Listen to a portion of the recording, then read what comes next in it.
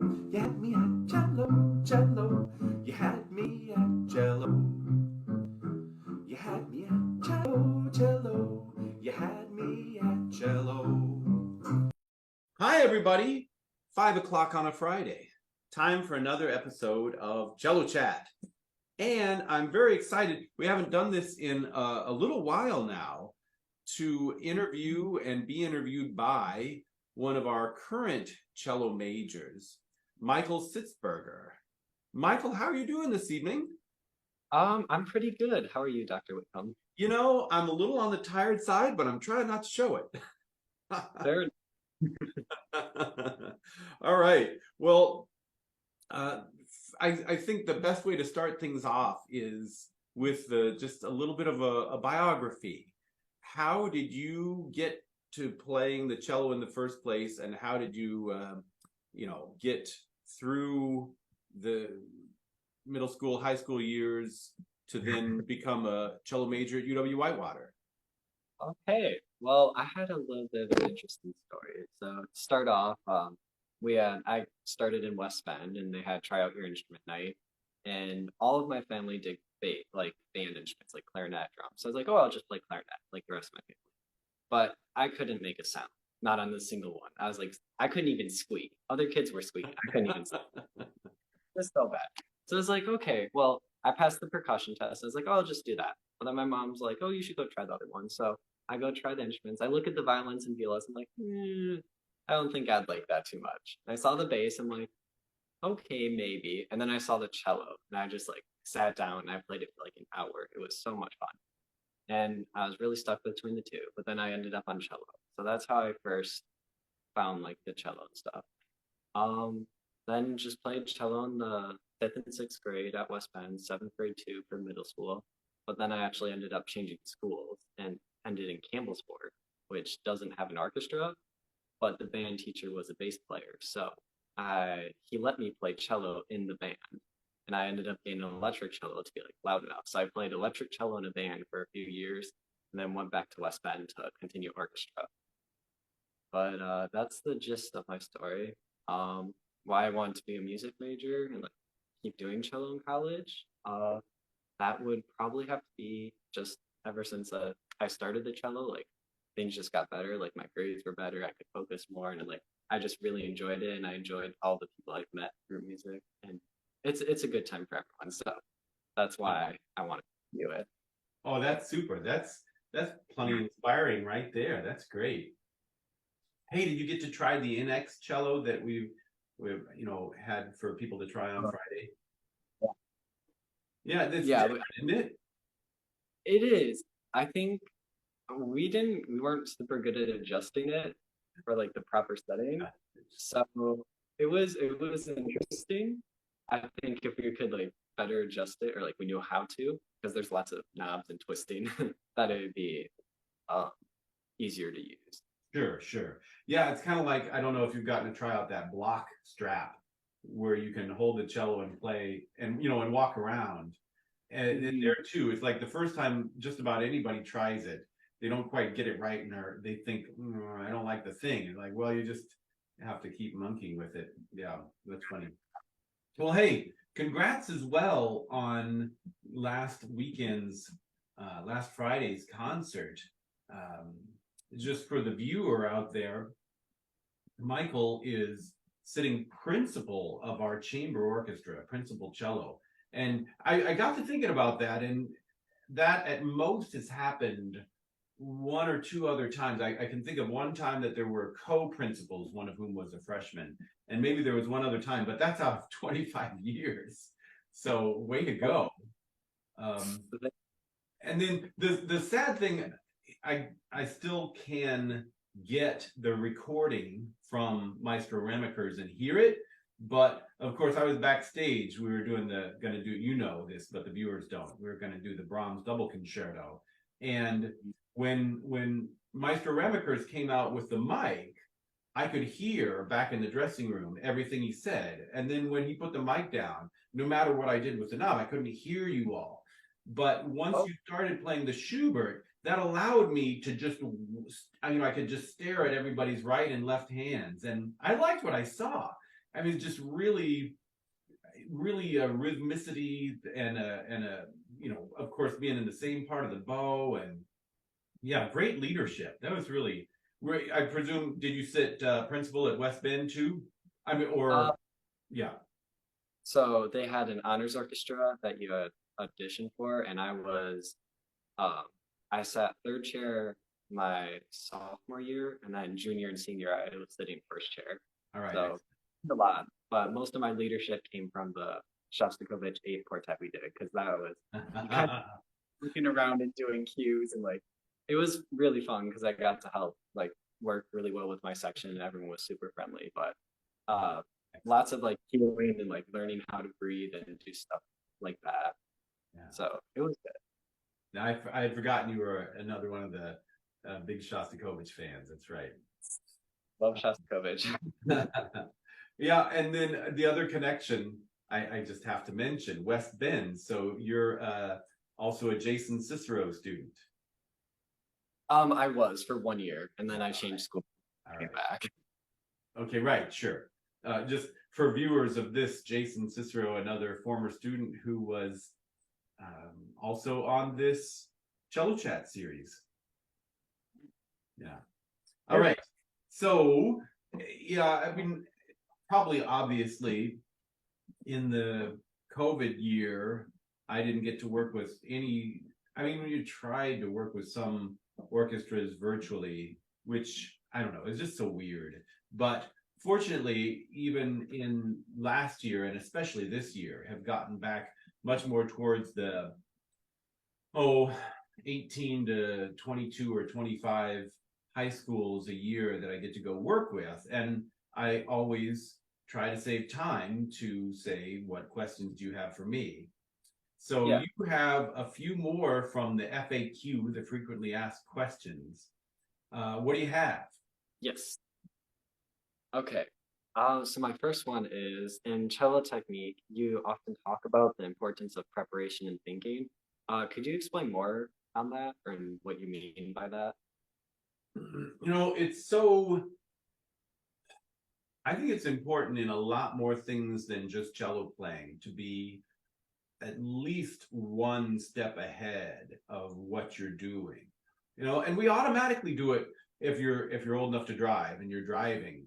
You're looking way up ahead and going, why are those brake lights on way up there? I better consider whether I need to do something well in advance. And there's a lot of sports where if you're playing tennis or something and you're just standing there and the ball gets hit over there, well, of course it's going to, you're kind of on this side of the court, as opposed to just always trying to anticipate and be a step ahead of what's going on. And so often, I think maybe particularly on stage, that a great antidote for stage fright in general can be to have practiced always staying a step ahead of what's happening. Because if you don't, your brain is going to sit there, especially if you're playing something from memory, for example, and keep going, oh, am I going to remember the next note? And that's just it's too close in time to where you are. It's like driving through a thick fog. We have to already be on the next thing. And so that can manifest in things like preparing a string crossing, preparing a bow change, preparing a shift. You're always at least a note ahead. It's like the pianist that nods for you to turn the page well before they're to the end of the page. They've already read that. They already took all that in. So it's a funny thing, because even people who think that they're doing it then get surprised when they find out just, like, no, you need to anticipate even more than that. You're running this much ahead of where you are. You need to run even further ahead to really be in the driver's seat. So to get that state of mind in your head when you're practicing, I won't say always when you're practicing. I think in the very early stages when we're just learning a piece and doing fingerings and bowings is one thing, but anytime you get in the middle, or particularly the third what I consider the third, where you're coming up on a performance, that has to be really, really in your brain, is how much am I setting up each motion, every action in such a way that it makes the next one successful. So there's a great quote, for example, I don't know quite whom to attribute it to, because I think it's one of those things where certain great quotes are said by a lot of people because they're just a great idea, you know, so a lot of people thought of them. Is that the music isn't about this note or that note, it's about what happens in between the notes. So thinking about a note as being immediately, the moment you start to play it, it provides the springboard, like dominoes, into the next note, really is a state of mind. So that's kind of a, I don't know, I guess the jazz people would call it flow. Other people might call it other things, but it really is just anticipation. Okay. All right. The next question I'd have is, how do I achieve greater fingering independence in my left hand? Yeah, this one will show up in a variety of different ways, but so we group them all into this category because people will talk about tripping over their fingers or getting more finger coordination or something like that. But this broader umbrella of finger independence is where I then put these questions. So let's see. I guess the short answer, historically, there are a number of the method books that have people practicing trill exercises, trills between each of the various fingers, which are great. I in no way am I disparaging those. Trill exercises are really great. You're getting each pair of fingers to fire at a rate that's faster than the brain can kind of micromanage every single motion. Yeah. But I would go a step further and say that I really, for all the great and creative exercises that I've run across trying to peruse everything that there is out there for cello, and I mean, I know you never get to the end of it because there's always more being put out there, but I have yet, in my experience, to run across anything more valuable and resourceful on this particular topic than what George Nykrug, I mean, he says he got the basic idea from Konstantin Dunas, but I know that there's a degree to which Nykrug put his own stamp on this. And these exercises actually are also on my YouTube channel. I think under the heading of either, if they're, I should know this, either finger independence exercises or more likely Nykrug finger independence exercises, N-E-I-K-R-U-G. Because the thing that he would have you do, in addition to going, like 0-2-1-2, 0-2-1-2, 0-2-1, 0-3-2-3, 0-3-2-3, 0-3-2-3, and these sorts of things for lifting the fingers and dropping them, is then he'd have you do finger sliding exercises, sliding the half step between 3 and 4, or 2 and 3, so we're going from low 2 to high 2 if we were talking in violinistic terms. And then the cool part, I think it was cool, is mixing the sliding and the lifting. So one finger is sliding back and forth while another is lifting.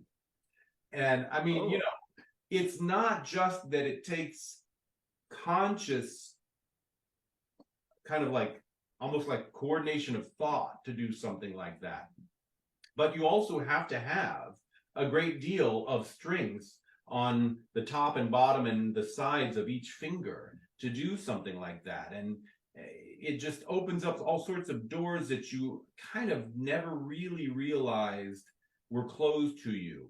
Or maybe I should say that you never realized were going to be openable to you. You thought, oh, well, that's the limit of my talent, but all you needed was just a little bit more work on each of those muscles, and bang, you can suddenly play all sorts of stuff at lightning fast tempi. And so yeah, you should check that out too, Michael. The Nykrug finger exercises. I should after this posts, I should put the link for that YouTube video. It's gotten a Yeah. number of hits already, but it's the sort of thing that I will apply his ideas like that will apply to humans for centuries. Mhm. All right. Then my next question would be, you've written and talked a lot about tuning, like in tuning the cello. So what's your advice for having, like, being better at tuning? And this is another funny one. I think it's easy to fall into a number of traps, and probably I don't think that any of them are of course at all intentional, but they're just the sorts of things where we maybe take tuning a bit for granted. Mhm. But I'll say we have to tune equal temperament. We have to tune our strings not to perfect fifths, but to equal tempered fifths. Because if we insist on just intonation, then the distance between our low C and the violin's E is going to just be awful. It's going to be a Pythagorean third that's just way too wide. So we have to do equal tempered.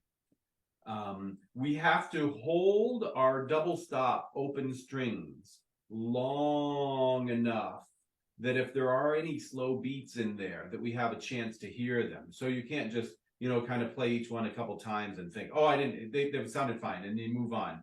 But if you hold them for a really long time from frog to tip, if there's any wiggle in there, then you'll still notice. And then I mean, there's a couple other just rules of thumb that I end up telling all my students, and I suppose this is a good opportunity to share them with as many people care to click on this video. Yeah.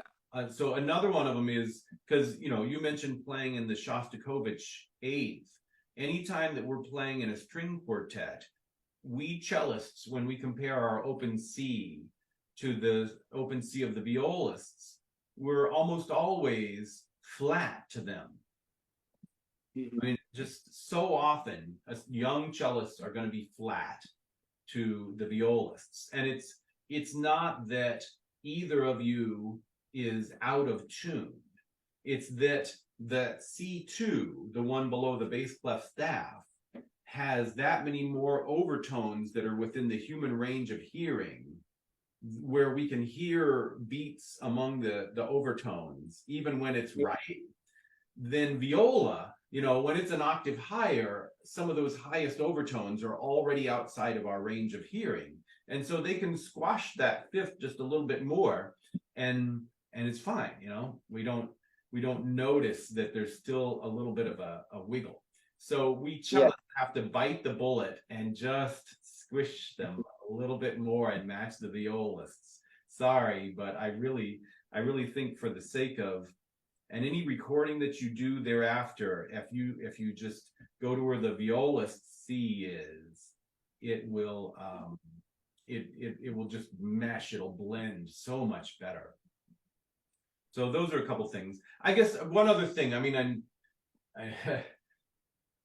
all of these things. There's always more to the story, isn't there? But the idea of once you get your strings in tune the way that you want them, I think I showed you this one, where then if you intentionally slightly raise the D string, if you're playing D and G open, you slightly raise the D on purpose and then remove that finger, and then slightly raise the G and then remove that finger, so that you're intentionally hearing, letting your ear hear a slightly too narrow fifth and a slightly too wide fifth.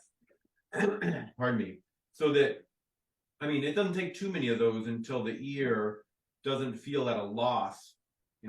What we don't like is when you just play something, well, I know it's slightly out of tune, but it's close enough, I can't tell if it's slightly too narrow or too wide. Well, you just need to show the ear enough examples of, well, this is too narrow, I know it is because I'm making it too narrow, and this is too wide, and it gets it connects the dots pretty quickly. Cool. And then another question is, what would be the difference between an extension and a pivot? Yeah, this is another really good one, and it shows up. I mean, obviously it's timeless, but it's cropped up a bunch recently too. Well, uh, a number of times in the past 12 months as well. On bass, we pivot. I mean, bass technique varies quite a bit, but a lot of it involves pivoting because those whole steps, a minor third, they're just so big, they're so wide. Um, on the cello, we play a lot more double stops in most styles than they do on bass. And also, there's something about on cello, even if you weren't about to play something as multiple stop, when you can just grab the entirety of a shape, it just kind of helps you feel every note at the same time, as though you can feel the invisible frets on the instrument. Your left hand plays a lot more like a team than every finger for itself. So basically, I think what it boils down to is a willingness to pronate the left hand. And by pronation, we're rolling towards ourselves. So this is not pronated at all. And the moment I roll towards myself, I'm pronating. And then suddenly I can get a huge distance between my fingers if I just allow this rotation to happen.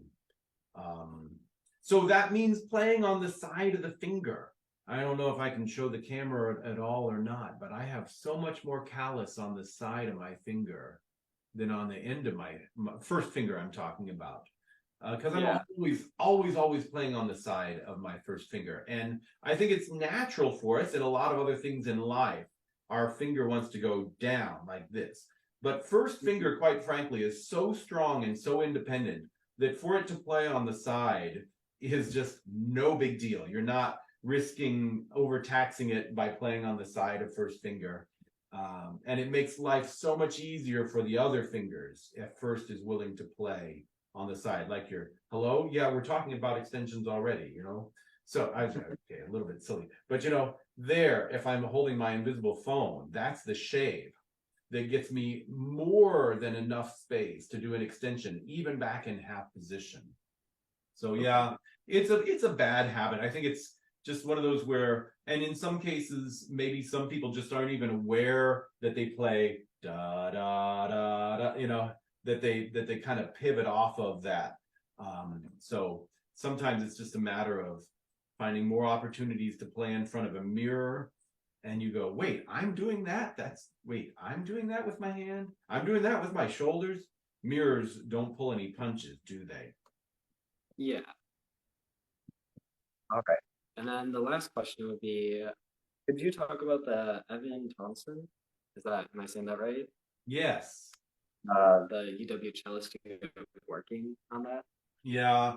This is, and thank you for asking this, Michael. I mean, it's definitely not, unfortunately, Evan Tonsing is not so well known of a name that I actually get this question very often. But if people are perusing my online stuff and they see that I've got a link on a couple of my sites for Evan Tonsing, they're like, well, what's this about? And so Evan Tonsing was one of my three main cello teachers. I studied with him from 1986, yeah, to 1992. So a fair length of time. He is from Kansas, and he got his training at the University of Kansas under Raymond Stool. And Raymond Stool himself was a Hugo Becker student, and Hugo Becker studied with Piatti. So you, Michael, are a great grand student of Piatti. How about that? So and another interesting thing about Evan Tonsing, his initial scholarship that he got to go to college was in theater. And when the first time he mentioned that to me, it made perfect sense the way he taught, because he was very, very caught up in every time a mood changes, whether in the harmony or in the melody, that you change too, and I so believe in that. I mean, shape as much shape in every melodic line as you would shape if you were emphatically, rhetorically trying to persuade people with an impassioned speech, which isn't easy. I mean, it takes a lot of practice not to just let a melody after a while kind of level out, but to keep it going to these words and coming away from those as much as we naturally do when we really have a meaning that we want to convey when we're speaking. So he definitely kept his theater chops up. And then he composed, he performed obviously a lot on cello and bass, and he composed something like 400 pieces, whole bunch of pieces, and Wow. chamber music and incidental music for plays, and music soundtracks for movies. I mean, just a lot of stuff. And so the project that you're asking about is more than anything else trying to preserve both the scores and the recordings to his many, many compositions. But I mean, just a fascinating character. So, for example, he had a rock band that he was part of when he was growing up, and he played once with Eric Clapton, and yeah, I know. And J.D. Souther, who is he's written a number of songs, famous songs that you'd recognize by the Eagles, like "Heartache Tonight" and things like that. He was a former student of Tonsing, so all of these things. And then I've actually got to draw this story to an end eventually, I know, but I get so passionate talking about my former teachers. Maybe just a couple other examples. He had, I mean, he was a bit of a pack rat. I mean, there's a point where you're a collector, and then you go past a point and you're a pack rat. He had just recordings lining his walls of every room of his house. No joke.